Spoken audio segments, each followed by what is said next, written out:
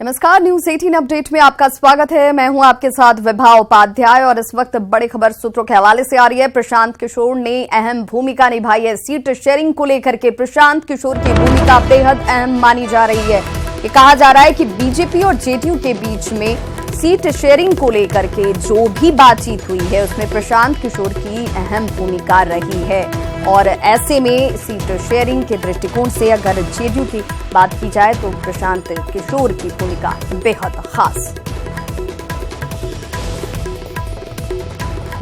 मुख्यमंत्री नीतीश कुमार ने कार्यकारिणी की बैठक के दौरान ही कहा था कि सीट शेयरिंग को लेकर के कोई पेच ही नहीं है क्योंकि बातचीत हो चुकी है। हालांकि इसका खुलासा कुछ दिनों में जरूर कर दिया जाएगा। और अब इस दृष्टिकोण से अगर बात की जाए तो जो सूत्रों के हवाले से जानकारी सामने आ रही है, कहा जा रहा है कि सीट शेयरिंग जिस फॉर्मूले की तरफ इशारा किया गया था नीतीश कुमार की तरफ से और वो उस दृष्टिकोण से प्रशांत किशोर की भूमिका बेहद महत्वपूर्ण मानी जा रही है। उसमें प्रशांत किशोर की भूमिका बेहद अहम है।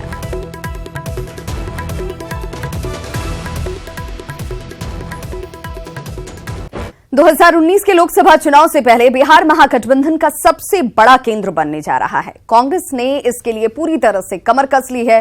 पार्टी संगठन में बड़े बदलाव करते हुए कांग्रेस हाईकमान ने मदन मोहन झा को प्रदेश की कमान सौंपी है और इसके अलावा 4 कार्यकारी अध्यक्ष भी नियुक्त किए गए हैं।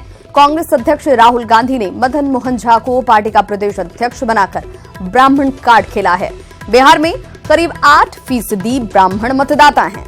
कांग्रेस का ये परंपरागत वोट माना जाता था, लेकिन बीजेपी के उभार के साथ ही ये वोट कांग्रेस से छिटककर बीजेपी के पास पहुंच गया और ऐसे में मदन मोहन झा के जरिए कांग्रेस ने बिहार के उसी ब्राह्मण मतदाता को साधने की रणनीति बनाई है। आरजेडी जहां यादव, मुस्लिम, दलित और ओबीसी मतों को साधने में जुटी हुई है, वहीं कांग्रेस ने ब्राह्मण कार्ड के जरिए महागठबंधन के मतों को और मजबूत करने के मकसद को समझा जा सकता है।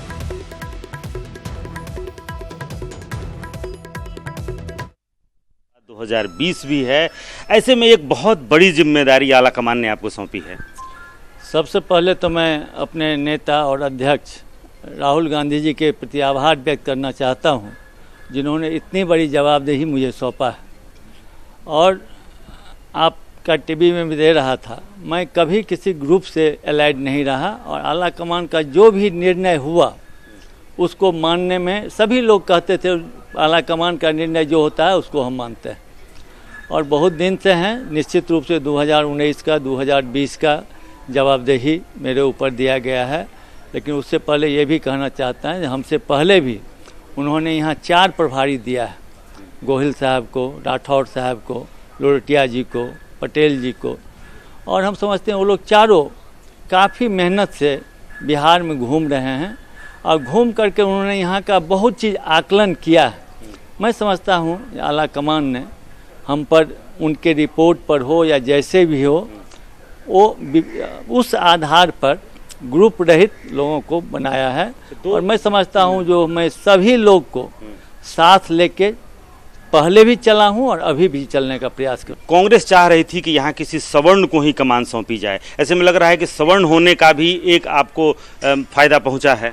ये हम नहीं बता सकते हैं, इसका जवाब तो आला कमान देंगे। लेकिन ये बात है जो हम ट्रस्टी कांग्रेस के लिए 100% डिवोटी हैं बचपन से लेके आज तक।